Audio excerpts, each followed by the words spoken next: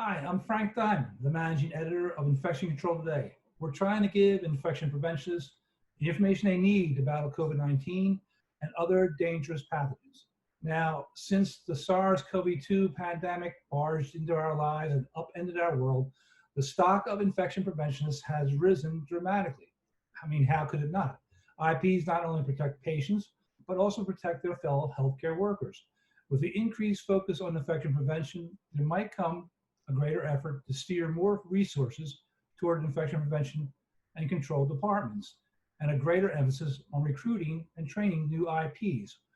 Well, you might say that just makes sense because of COVID.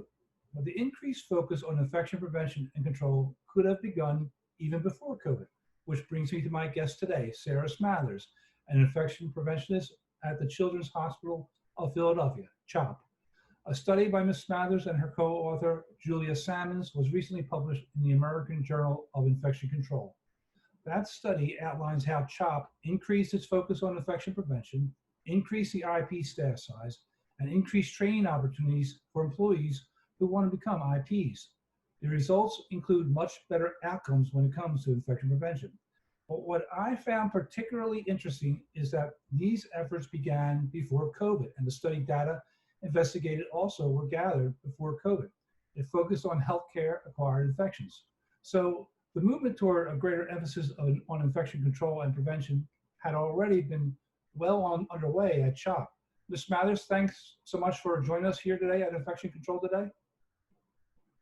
Thank you so much for having me. First, is my summation correct? We're talking about peer-reviewed study after all, and so I'm sure I missed some details. No, absolutely correct. We actually submitted the paper in late 2019 to AJIC, and so it was really very much pre-COVID. We didn't know anything about COVID at the time, and was reflecting upon our experience that really started in 2014, responding to Ebola at the time. And I have to tell you, I am so grateful that we did this work after that crisis really highlighted the need to grow our department, as well as a growing healthcare system, because when COVID did hit, we were in a much better position where we could actually utilize these resources in a very creative way to help sustain our response these many months. And I also found interesting that you actually are actively recruiting, not actively recruiting, but if somebody at CHOP wants to become an infection preventionist, there's now an easier system or more accessibility to making that transition, right? Yeah, something that we noticed is that people didn't really know what we did. And so a lot of people said, oh, you're infection preventionist, that's hand hygiene, right? And really didn't understand the scope of our practice. And so we started a position where we would take a new nurse every year who was interested in learning more, and we had a fellowship program. And so it's a 12-month fellowship program in our department with a current CHOP nurse who spends part of their time on their home unit and then part of their time in our department working on developing content expertise, but also working on a project that would benefit the organization or their department specifically. And when COVID happened, we were actually able to pull some of those fellowship grads back into our department to help with the response. That's great. And what I got from your study is that you increased the staff, your CHOP increased the staff, in part response to, well, you said Ebola, but also healthcare-acquired infections in general? Yes, and so we really wanted to say, how do we become more preventative? We're very reactionary especially when you're not staffed appropriately. All you can do is really respond to whatever the current crisis is of the day, and you don't actually get to do that prevention work. And so we really wanted to focus on giving the infection preventionists the time back in their days and their schedules to work on prevention projects, to round on the units, to give just-in-time feedback, to provide education in the moment, which we really think helps with preventing infections. I did write an article about your study, but I don't have the numbers offhand. But could you give us an idea of how much it improved infection prevention before and after? Yeah, so what we did is we looked at some of our key indicators that we track. And so we track central line associated bloodstream infections, catheter associated urinary tract infections, ventilator associated pneumonias, healthcare associated viral infections, and surgical site infections. And we saw significant decreases in all of those infections over the time period. We were also doing a lot of other work. So, you know, it's not to say this is the end all be all, but it's certainly, we were able to participate in a way that we weren't able to in years past. 23% comes to mind. Was that how much it decreased, or am I wrong there? I might be wrong. Maybe it's 43%. I mean, it was a heck of a big decrease in infections over that time period.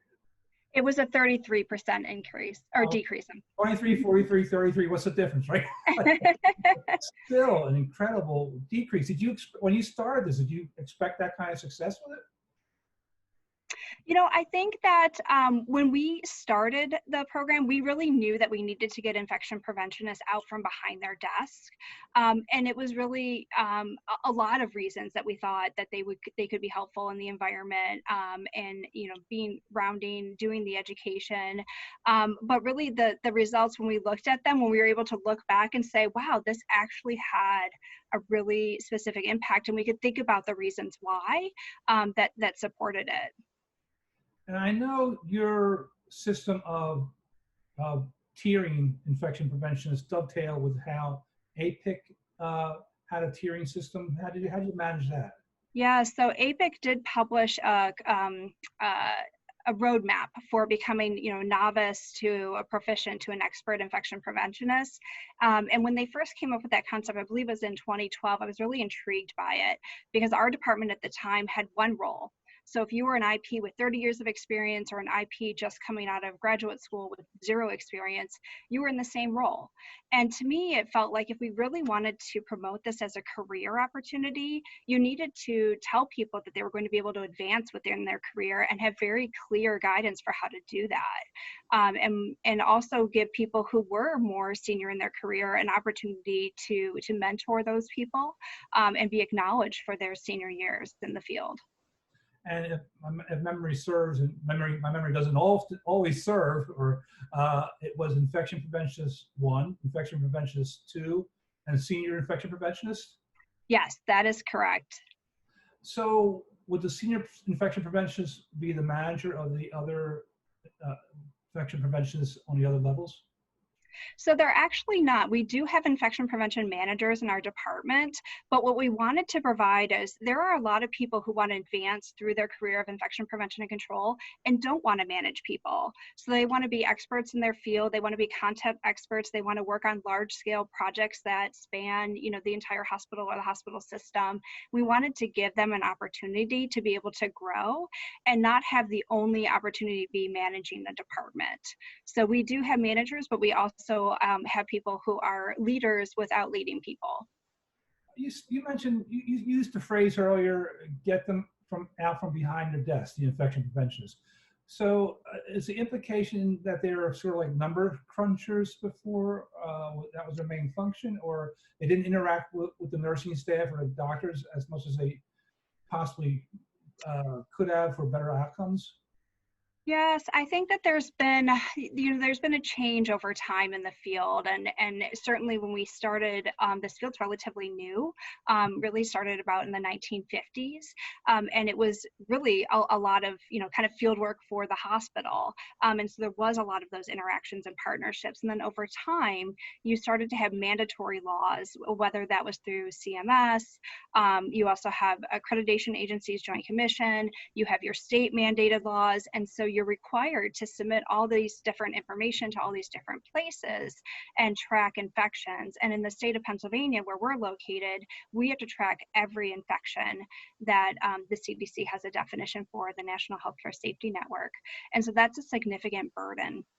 And in doing so, you are trapped. You know, looking at your computer screen, you now have electronic medical records. When I first started, I would still get to the floor because the records were on the floor next to the patient's bed.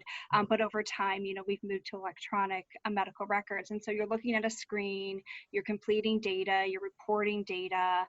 And that takes a lot of time, and then you're not able to spend that time up on your units and in departments talking with people.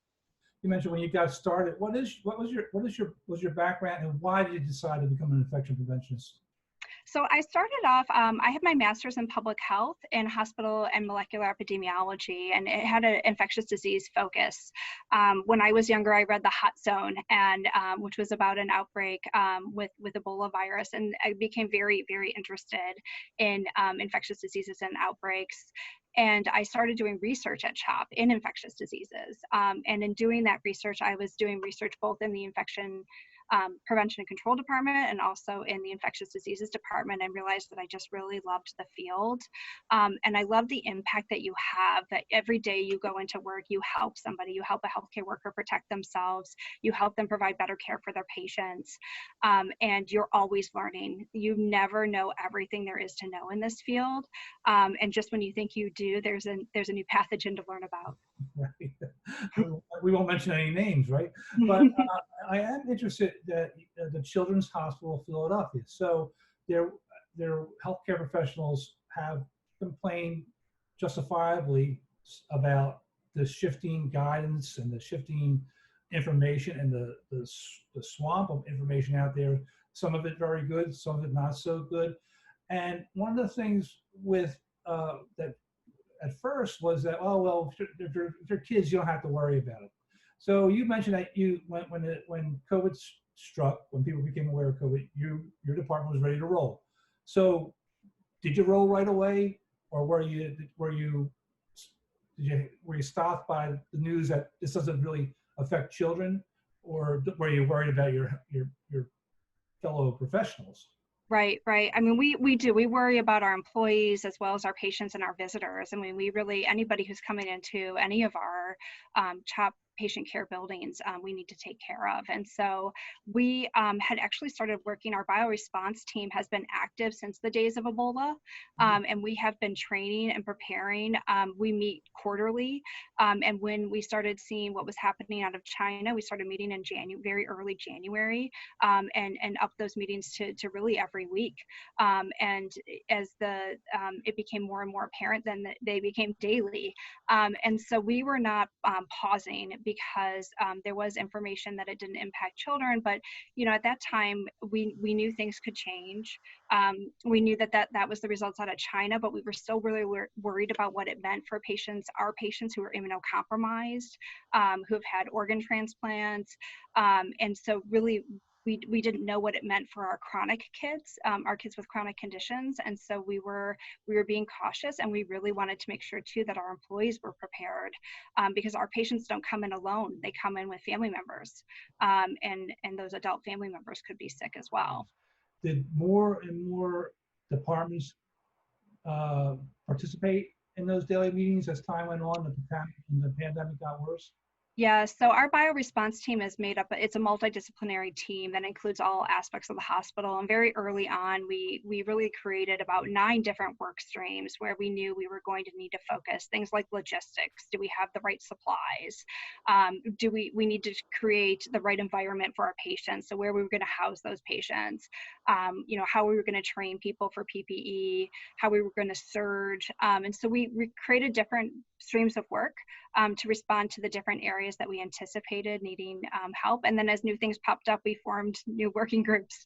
And within the first couple of weeks of the pandemic, we stood up a contact tracing center. That was a great collaboration between our occupational health departments, infection prevention, and our poison control center, so that we had a call center for our employees and patients. How many hours were you working during the spike? Was there a spike at CHOP at all? I think that we were expecting, when we were watching what was happening in New York City, we were very, very concerned for the Philadelphia area. I think that it was better than I could have hoped for, but it was certainly pretty stressful in those beginning few weeks and months, as we didn't know which direction we were going to go, and we were watching New York and New Jersey really skyrocket. I got the feeling from covering this beat, and I've been covering it since November, that infection preventionists back before COVID kind of felt like they're left out of the loop often. Of course, now you're all rock stars. But so, do you think there'll be like permanent change in how the infection prevention department fits into the hierarchy of the hospital?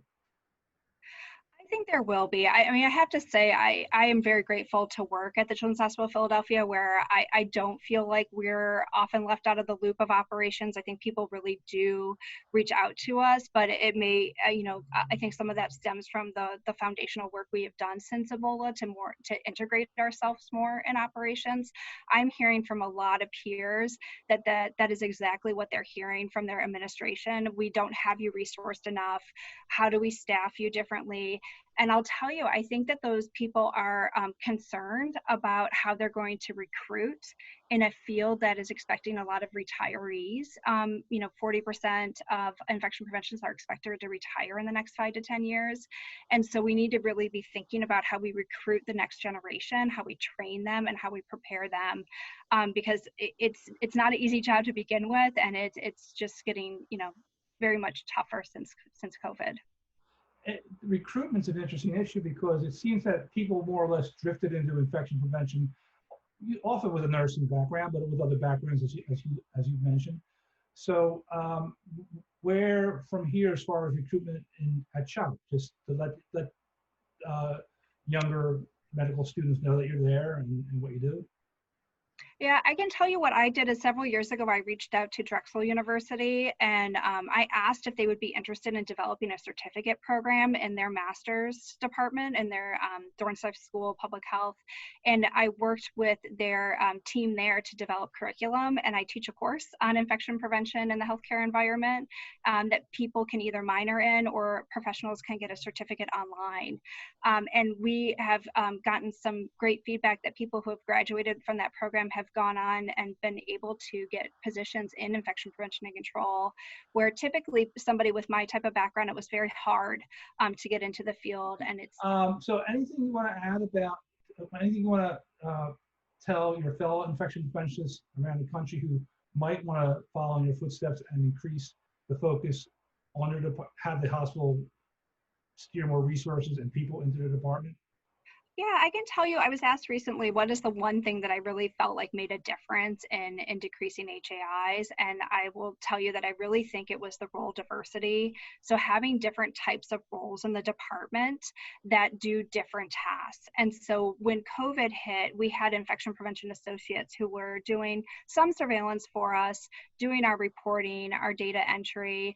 When COVID hit, they went 100% home and did all 100% of our surveillance with one infection preventionist. And then that let the rest of us who were in the hospital focus 100% of our time on COVID. So we were able to keep kind of the wheels on the bus that way through having these different roles that could kind of flex up when we needed them to, and allow our infection preventionists to do their job in the hospital. Sarah Smathers, thank you so much for visiting Infection Control today, and good luck with all your worthy endeavors. Thank you so much for having me.